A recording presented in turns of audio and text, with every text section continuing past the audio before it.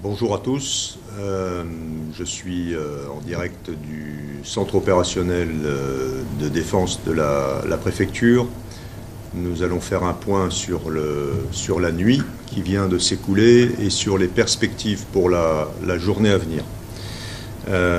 Comme traditionnellement, je passe la parole à la directrice interrégionale de Météo France, Céline Geoffrey. Merci Monsieur le Préfet. Donc Garance se maintient au stade cyclone tropical intense et amorce à peine sa tendance à l'affaiblissement. Il continue de se rapprocher de la Réunion et à accélérer sa vitesse de déplacement et présente toujours donc une menace cyclonique très importante pour la Réunion. Les conditions, en particulier en termes de vent, vont se détériorer significativement, elles commencent à l'être. Et on s'attend à un impact direct du cœur du système, donc cœur du système, c'est-à-dire mur de l'œil et œil du cyclone, très probable en matinée sur un large secteur nord de l'île. Donc les rafales de vent les plus fortes seront évidemment dans le mur de l'œil. Nos dernières estimations nous laissent craindre qu'elles pourront dépasser ponctuellement les 200 km/h à l'est de la trajectoire, grosso modo sur une ligne à l'est d'une ligne Saint-Denis-Saint-Leu. Sur le reste de l'île, des conditions cycloniques avec des rafales de plus de 150 km/h sont toujours attendues, avec des variations rapides, à la fois en direction et en force, selon les secteurs.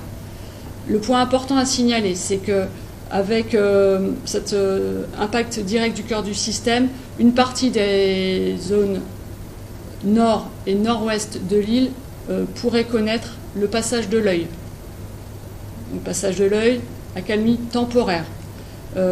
Cette accalmie temporaire sera suivie d'un violent renforcement du vent de secteur nord-ouest. Donc prudence. Ne sortez surtout pas lorsque vous êtes concerné par cette accalmie. Associé à ce système, de très fortes pluies et une mer très dangereuse vont également accompagner ce paroxysme attendu en matinée. Merci. Donc, vous l'avez compris, le phénomène est en train d'arriver sur la Réunion. Les vents augmentent en ce moment dans la partie nord de l'île. Ils vont pouvoir, sur le nord et sur l'est, monter aux alentours de 200 km/h.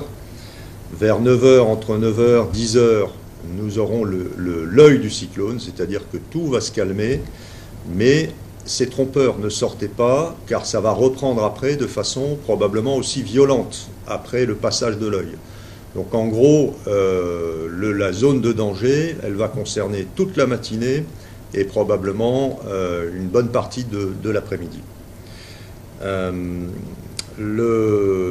La situation, le bilan pour cette nuit, nous n'avons pas de victimes à déplorer.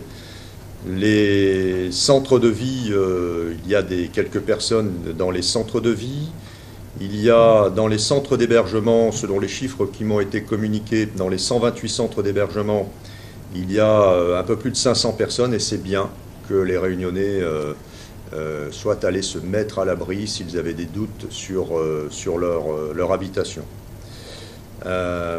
Il y a eu des évacuations préventives cette nuit, des personnes qui ont été évacuées à Saint-Denis pour un risque d'inondation. Il y a eu une cinquantaine de personnes évacuées à Salazie pour un risque de mouvement de terrain. Il y a actuellement une coupure de route sur la route d'accès à Salazie au niveau de la passerelle. C'est pour l'instant la seule coupure significative dont nous ayons connaissance. C'est donc sur la RD 48. Sur le point sur l'accès à l'Internet et à la téléphonie fixe, les éléments qui viennent de m'être communiqués indiquent que 8,4% des abonnés de la Réunion sont coupés, n'ont plus d'accès à Internet et au téléphone fixe. Et 2,4% des relais de téléphonie mobile sont tombés. Donc pour l'instant, c'est le bilan en termes de communication. Il y a des coupures d'électricité, notamment à Saint-Benoît. À Saint-Benoît, il y a 2000 foyers qui sont coupés, dont d'ailleurs la sous-préfecture, l'hôtel de ville, et un certain nombre de structures officielles. De fait de ces coupures d'électricité à Saint-Benoît, il y a des quartiers ou des zones qui n'ont plus l'eau courante. C'est le cas à Abondance et c'est le cas à la maison d'accueil spécialisée du Père Favron. À Saint-Denis, 2000 foyers sont coupés également. Voilà les éléments. Donc pour l'instant, ce bilan, il n'y a rien de grave sur la Réunion. Mais attention, les choses sérieuses n'ont pas commencé et elles sont en train, le cyclone est en train d'arriver. Je suis conscient du fait que dans le sud de l'île, pour l'instant, il ne s'est pas passé grand-chose, pas de vent, pas de pluie, ou peu de vent et pas de pluie, mais ça va arriver avec un décalage.